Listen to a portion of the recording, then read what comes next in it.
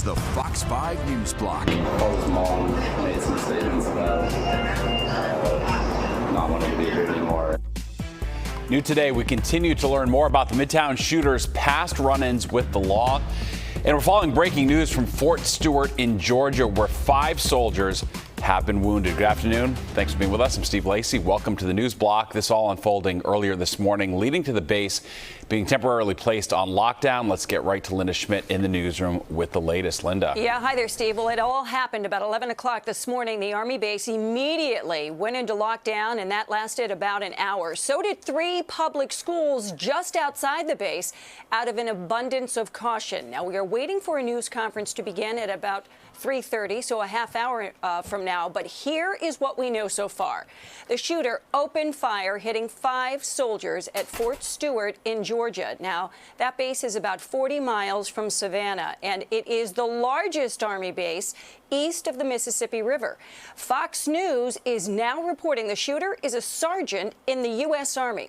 All 5 soldiers were treated on the Army base after the attack happened and then moved to a nearby hospital. Now, at this time, we do not have any information yet on the condition or the motive for the shooting.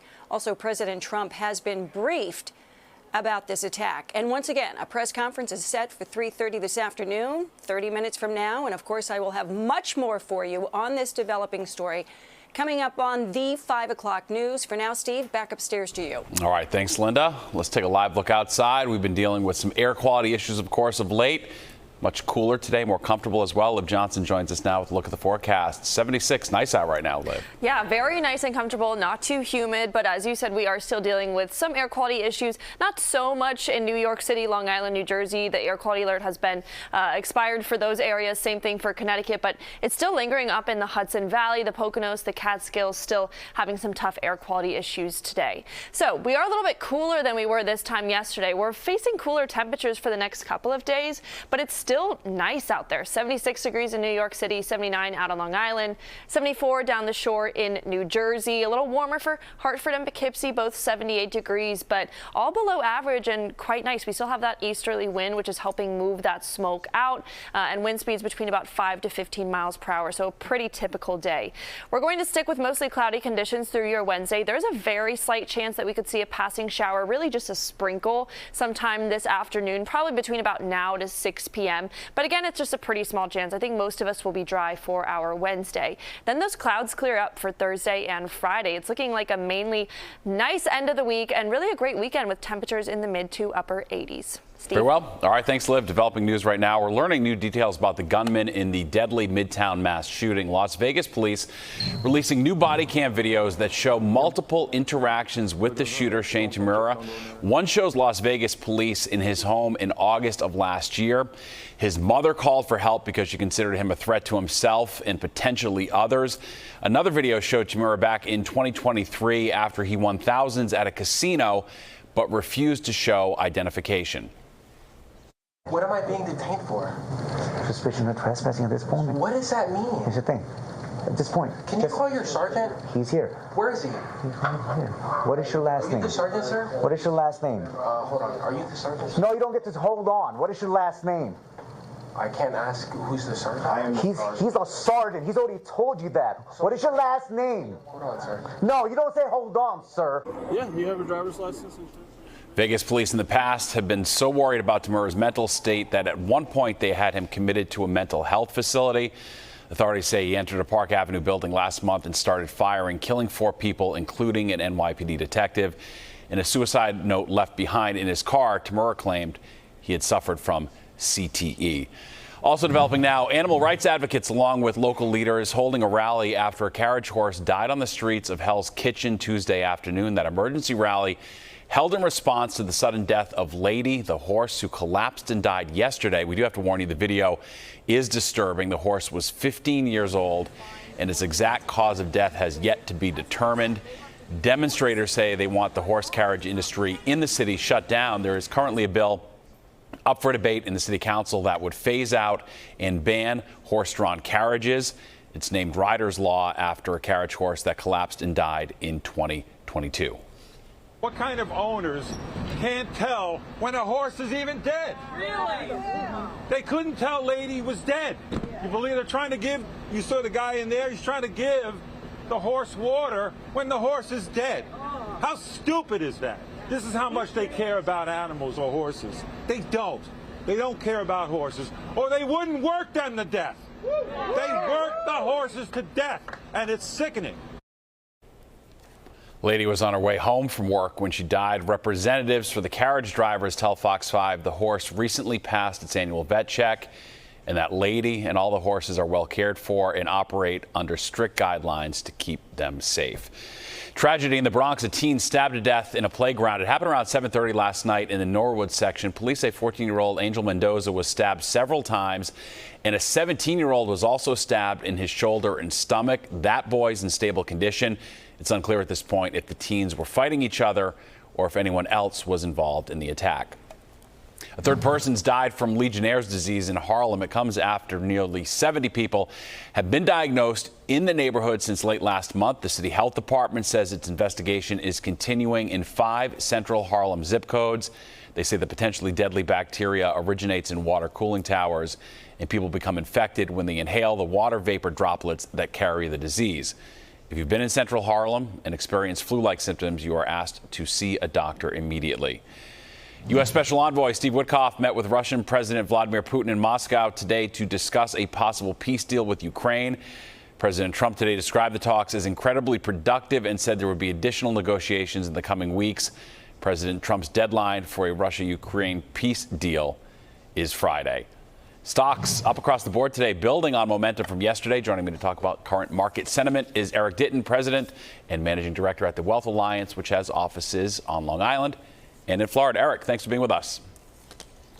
Happy to be here. I got to tell you that the news is just awful. I need some good news. Yeah, well, that's what you're here for, hopefully, right? I mean, you know, it's interesting. The saying used to be sell in May and go away. Now, to the extent that was ever true, does it still ring true, or does this daily fire hose of economic news mean there's never really a time when you can just set it and forget it anymore? Yeah, I don't know that I'm buying that sell in May. You know, it's very interesting this year, Steve. We had a 20% rally in 2 months off the bottom, right? That was April through June. Mm-hmm. That was the 6th time that has happened in the last 70 years. So that's profound. The other 5 times that happened, the market was up all 5 times a year later, on average 31%. Mm-hmm. So when you have that kind of momentum, it really springboards into the future. So I think it's hard to get bearish. Now, I will tell you, I did an interview with another network, 100 Days of Trump. That was early April. And the other 2 people on the panel were very, very negative. Sound like the end of the world. Mm-hmm. And I was bullish. And the reason I was bullish was the sentiment numbers in the market were so negative. Everyone thought it was the end of the world. And when you see sentiment numbers like that, that's usually close to a bottom. Mm-hmm. And it was. Now, fast forward to today, the sentiment numbers have really flipped.